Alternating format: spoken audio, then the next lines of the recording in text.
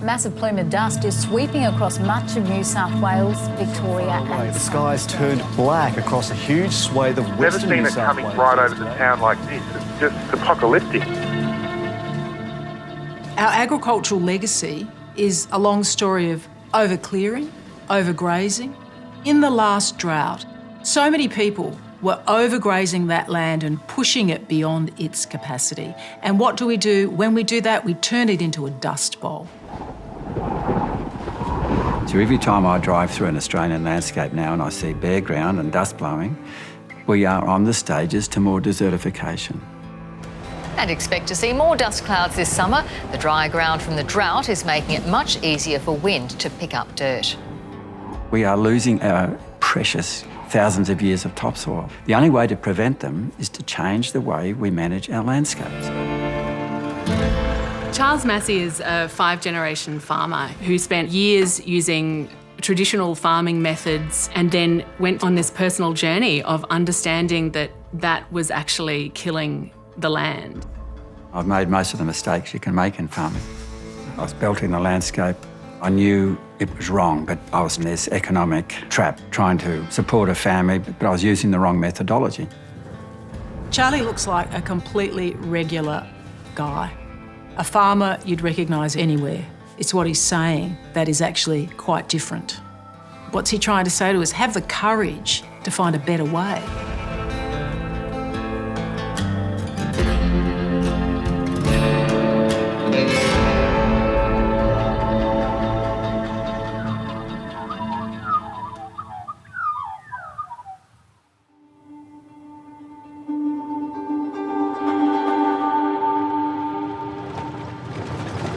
Not getting any greener, is it?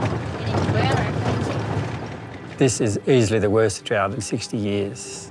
Certainly the worst I've ever managed.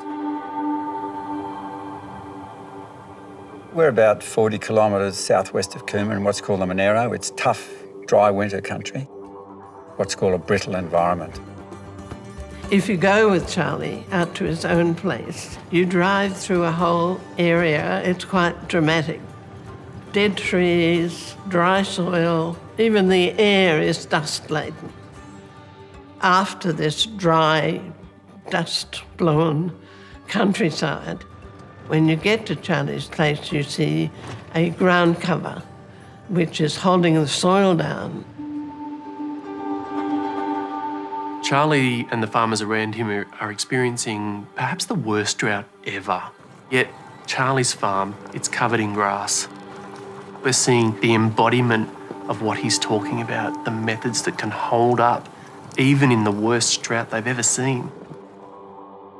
So I'm getting phone calls from friends and others who are saying they can see our place from 10 or 15 kilometres away because it stands out in the midst of brown.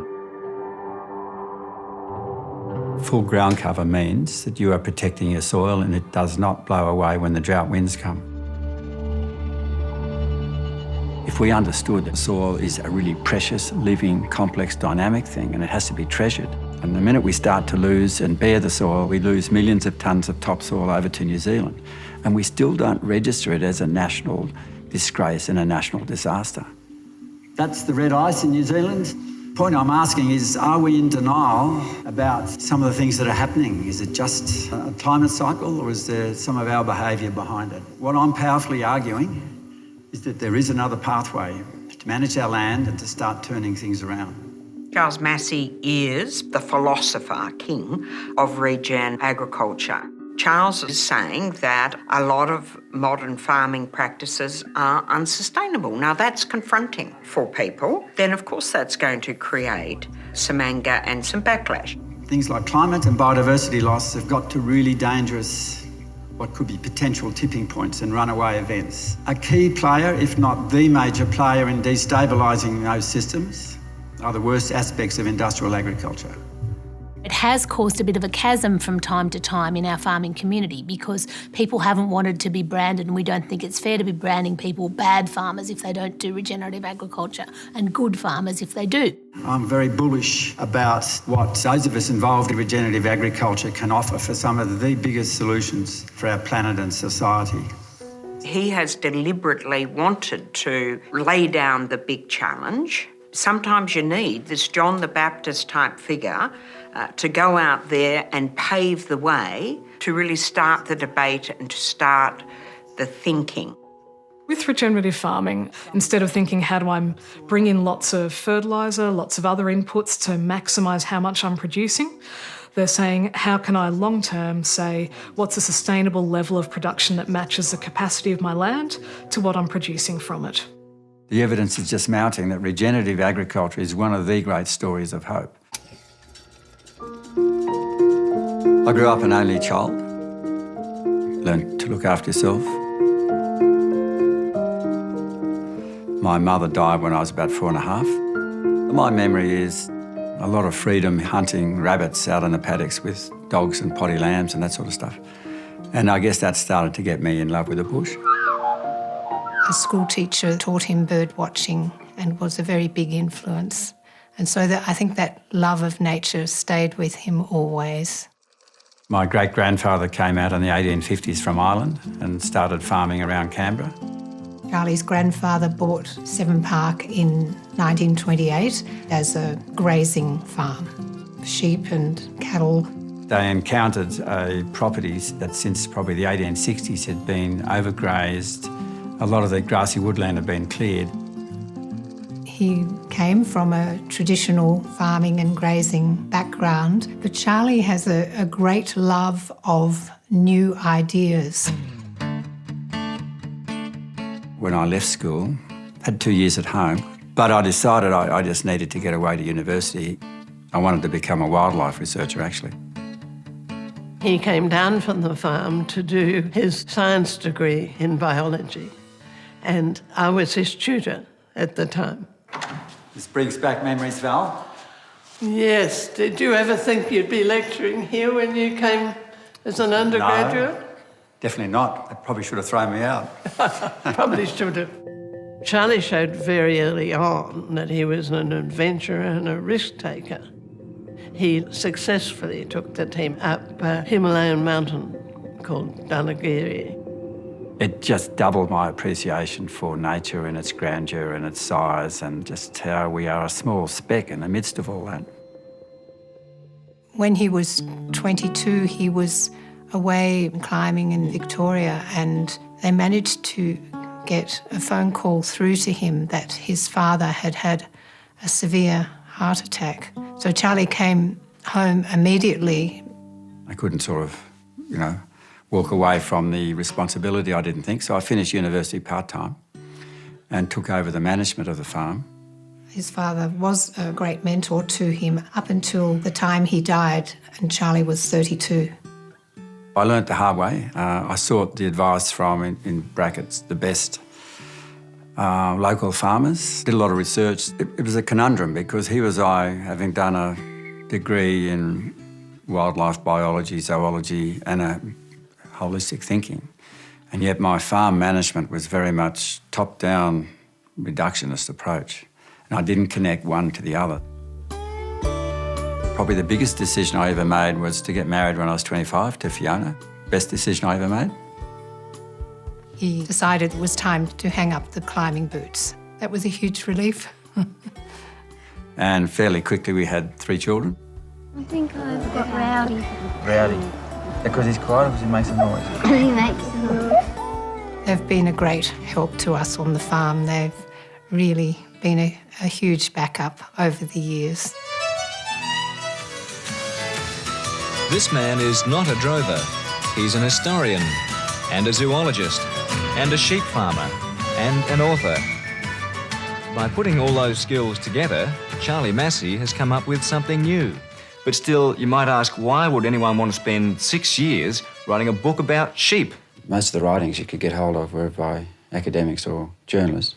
I'm not saying that disparagingly, but they'd written it from outside. Charlie travelled the world, speaking to breeders and legendary stud masters. In his 30s, Charlie wrote the definitive book on the Australian merino. Whether he was writing a major book or operating a merino stud, it was always all in or not at all. So by the sort of mid-1980s, we were developing an innovative merino stud, which was based on different biology and molecular genetics and had a different fibre which we were marketing into Italy.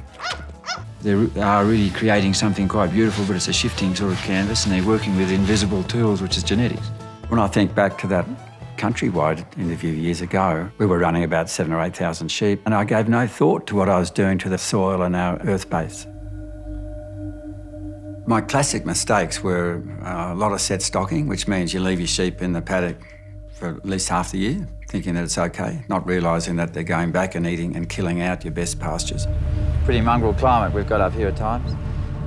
We don't get 19-inch rainfall, and you don't know when it's coming at times.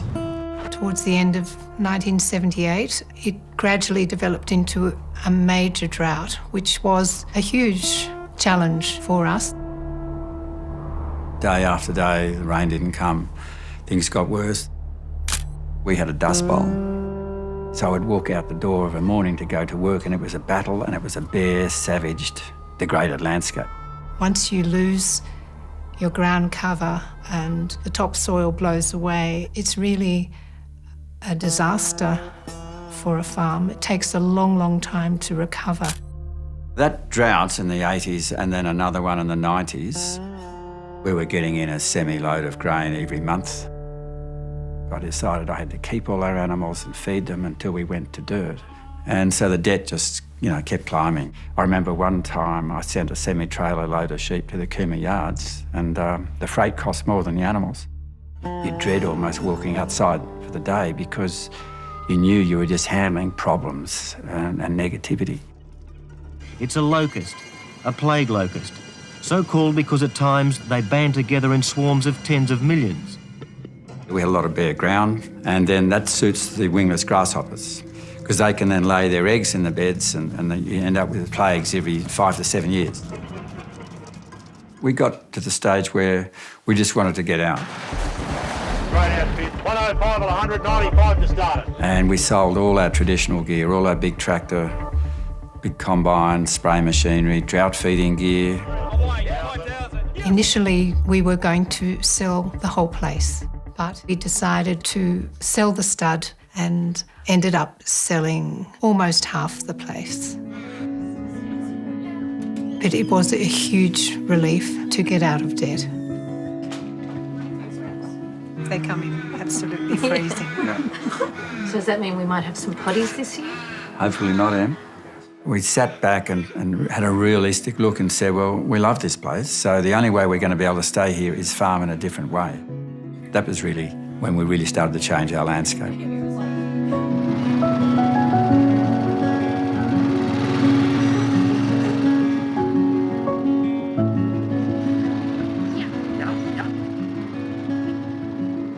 Charlie was very interested in looking at different ways of regenerative farming. In the mid-90s, I did one of the earlier courses in ecological grazing. You move your stock more frequently so that there's a very long rest period which protects the grasses and enables a lot more ground cover. There's a much stronger and different focus on soil health than you see with conventional farming. Regenerative farmers, they will often do things like take a lot of stock off their land early in drought so that the ground cover doesn't get eaten down to bare dirt. Those plants are putting carbon via sugars into the soil, which feeds all the soil biology, and that drives the whole ecosystem to health. You've got all these grass stalks. Every time you get a frost or a dew, they're trapping moisture. If you've got bare ground, you're trapping bugger all. When it rains, you've got absorbent soils that will soak up the rain rather than it washing off, which happens after a drought when you've got bare soil.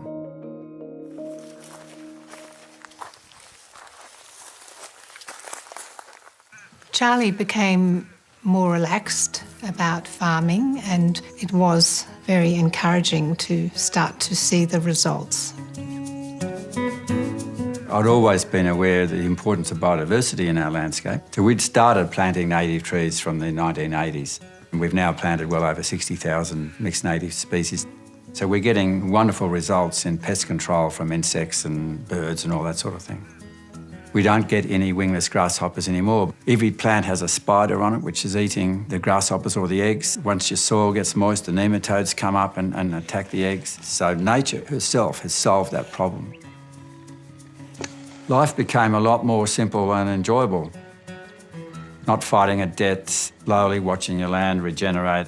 It was really an exciting, wonderful journey, and still is.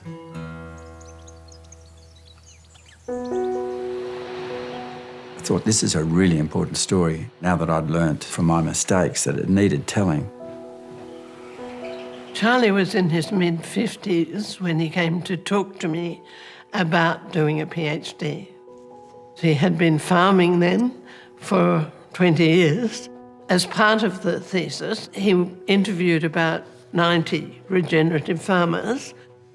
I first met Charlie years ago when he started his research for his PhD. And he came to interview me on why did I farm the way I farm? Why didn't I want to use chemicals? So I was able to travel across vast regions of Australia and examining the leaders in regenerative agriculture, not just what they were doing, but why they'd made that shift. It normally goes dormant here about the beginning of December. I'm a farmer from Burrawa, almost always with sheep, some cattle, some crops. I've been there for 50 years farming. For the first 30 years, I was a conventional farmer. If there was one thing that really shifted my mind into the do something different space, it was the drought in 1982, because our farm looked like an absolute desert and I was very ashamed of it. We constantly stumbled into droughts and spent a lot of money trying to keep stock alive that we probably shouldn't have been running at all. What really became clear was at least 60% of those farmers that had made this shift, it was a major life shock that had cracked their mind open. Accidents with chemicals, major animal disease. So often it was a drought, and again it reflected my own experience, but I wasn't quite anticipating it to this extent. It's an untold story mostly. You know, blokes don't like to admit that they're doing it tough. No, their wives will tell you they're doing it tough. Tough Aussie male. Yeah. I was very worried about the practices I was involved in, all the herbicides and fertilisers. I did a lot of reading and I knew that they weren't good for soil life. But I found out about that and I did something about it. We have more paddocks. We're moving animals constantly. The changes we've seen in 20 years are extraordinary. There was only 1 hectare of native grass on our farm in 1999. And now we've got native grasses coming up in all our paddocks. Our farm was 3% tree cover in 1970. Now it's 20% tree cover. What it has been is incredibly calming on the psyche. After 20 years of practising regenerative agriculture, we've got almost no debt. We found that when it actually did rain, we were straight back in business immediately.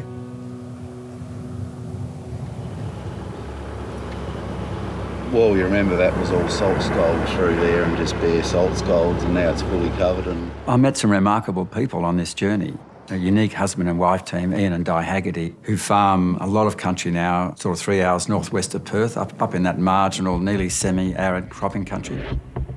property comprises of 65,000 acres. We crop cash crops of cereal crops, multi-species cover crops, and we run a large livestock system based on sheep. They came up with, and are still refining, a world breakthrough way in cropping where they've replaced industrial inputs, fertilisers and those sorts of things, just with natural ingredients. The Haggerty's grain is chemical-free. Matt's out there spraying. He's spraying a combination of worm juice and compost extracts. So instead of using fungicides or insecticides, we're able to use the compost extract and the worm liquid as a combination to boost the plant's immune system instead of using those pesticides. Basically, they're two of nature's key ways of restoring fertility into a soil. So they've just adapted the big machines that you'll see on any given broadacre cropping operation and fertilise the country using these methods. What's really good about it is a boom spray's just turned around upwind of us And if that was a chemical, we'd all be ducking for cover, all of them have been battling to breathe because we'd be covered in chemical. But it's just straight worm juice and some compost extract, so we could go for a swim in it if we wanted to. We can take on land that's fairly run down and start to turn it around. We're having a big impact on salinity, that's for sure. You know, where we had country where it had bare salt scalds, you know, we've got perennial plants growing on those now, and actually we're finding we can actually crop cash crops and even wheat now down into some of those salt scalds that where we weren't getting that before. They've grown their business, so they've gone from about 600 acres of cropping to 30-odd thousand and are very profitable because it's a totally radical new resilient system of cropping. It's very encouraging to see the health of these plants. It's really amazed us at the amount of need and even desperation of actually people wanting to get hold of products grown in this way. Well, life's pretty good. It's great, actually. Do you hear that? Yeah, that's a Reed Warbler. Charlie used his research to write his book, The Call of the Reed Warbler. It's partly about his life as a farmer. It's also about the regenerative farming movement. They're really secretive. It's going to be really hard to spot. The title Call of the Reed Warbler came from an experience of visiting a friend of mine who'd regenerated his creek. The day I was there, we heard a reed warbler calling in this small patch of reeds that had just started to grow. And it was probably the first time in 150 years that a reed warbler had come back into that denuded valley. They make this beautiful sort of woven nest. It could be acres of those reeds, and they just hide right in the middle, come out to get a feed. Charlie's journey in writing this book was one of endurance and courage and commitment. We're talking years. I honestly don't know how he did it, because this was a man who was farming every day. He would always be up by 4 a.m. and he'd have 3 hours of writing before breakfast. I know my wife and daughters got a bit sick of the mess around the house and books and papers, so we found an old shed which I did up. This book is Charlie's life's work. It's come from hundreds of conversations with farmers, years of academic research, a respect for Indigenous culture, and just his deep love of the land. Like all good books, it has its level of controversy. So that's a big tick. Because if you don't have some people that hate it, you haven't done your job. Some people love the book, but in actual fact, there are other, and I think some of the reviews I read that said it takes some really good principles, but just probably goes that next step further to being a way of the truth and the life, somebody who's drunk the cordial. I read this book and thought, oh my God, this is incredible. And so I proposed to our agricultural people here, the Department of Primary Industry, that we bring him over and we bring all of our ag people around and let him talk. I know some of you felt that this was perhaps a bit of a re-education camp that the minister was imposing on you, and there was deep concern about this because this was seen as being something that would generate a lot of hostility from many farmers. So for every 1 calorie of food on the table, it takes 10 calories of fossil fuel to get it there. I'm not saying this is the only path, but what I'm trying to present in the book is that there is a healthy alternative. Regenerative agriculture has some of the best solutions to solving a lot of our planetary ills and also the absolutely escalating human health crisis. We just have to look at where our markets are headed. Our consumers are deeply concerned about climate change. They're deeply concerned about chemical residues, about the nutritional value of their food. What's happening with country after country banning certain pesticides and herbicides, and that's becoming a big challenge for us because we've got to meet all these international standards. I think in 10 years' time, a lot of this stuff will be pretty mainstream. On my farm and many other Australian farms, we choose to use what we call no-till technology, where you do leave all the old crop on the surface of the soil to protect it, but you may need to use some sort of a chemical at some point to kill the weeds instead of actually ploughing it all up and killing the weeds in that way. And I don't think there's any science that regenerative agriculture could put forward that would dismiss that. If we all chose to go regenerative at the moment, I think product would be a lot more expensive for consumers. Farmers would not be able to grow, the sort of produce and the amount of produce that they grow now. And many farmers at the moment would go out of business in the short term because the sorts of changes that regenerative agriculture talks about are quite expensive on some farming systems to implement. When you switch from industrial cropping to regenerative cropping, you're not buying those hugely expensive chemicals and fertilisers. So up to 90% of your costs are stripped out straight away. That has a huge impact on the bottom line. There's a huge aspect, particularly for farmers, which is mental health. Farming males have a much higher suicide rate than those in the city. Myself and colleagues at the University of Canberra have done a number of studies looking at the well-being of farmers. When we compare regenerative farmers and non-regenerative farmers, we are seeing emerging evidence that regenerative farmers have higher well-being. But what's really interesting is that their well-being tends to be better during the challenging times, and that's actually when we really want to see well-being being protected. When I was a traditional farmer, my mental health was atrocious. I know I was depressed for a year or more because I was in this trap. And then once I made the shift to regenerative agriculture, that started to change. We've found more than satisfactory profits without the stress and so much more enjoyment in what you're doing and watching health return to your land. We have experienced his skills at being able to knit together complicated stories to tell simple, powerful messages. Ladies and gentlemen, Mr. Charlie Massy. I see my role in this new regenerative movement as more the storyteller. The thinking that got us in the shit won't get us out of the shit. I'm certainly not the original innovator of a lot of the great developments. People like Paul Hawken are saying we've only got a generation to turn it around. When I started, I'd turn up to a country town hall or something, and there might be 15, 20 people and a couple of cattle dogs at the back. Now, and it's not unusual to have 200 or 300 sometimes in these meetings, and more farmers coming to listen. We do know there's thousands of regenerative farmers. We know that the numbers are growing, and we're also seeing a lot of conventional farmers who are adopting some of the principles of regenerative farming. They may not use the label, but they're using a lot of those same principles. The solutions aren't going to come from the big end of town. They're not going to come from government. It's up to us. He's been all over Australia. I don't know how he keeps going, to be honest. It's been a massive advocacy job. When are the ewes coming back?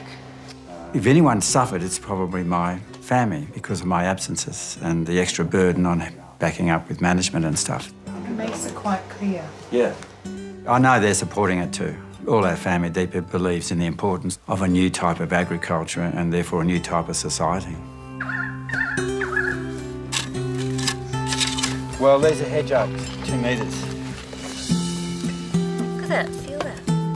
If you look at what us next generation of farmers are inheriting, vastly degraded ecosystems and landscapes, we're sort of staring in the face of climate change. Doing a good job there, Hamish. But what's happening now is that regenerative agriculture is gaining broader momentum and attention from urban consumers, from philanthropy, from investment. There really is this sort of growing buzz around what it can do. I've always wanted to return here. My heart is here. Mum and Dad are still fit and healthy and strong, but there's a lot of things that need to happen that they no longer have the energy to do, and they need help to step in and do it. Yeah. It'll be the first time they've used it. Yeah, exactly. Must be so different to here. Our farm will stay within the family because the next 2 generations are passionate about it. I think that'd be a great legacy for them and us to leave it in a much healthier place. That really is the object of all this. We should leave it in a better state than what we found it.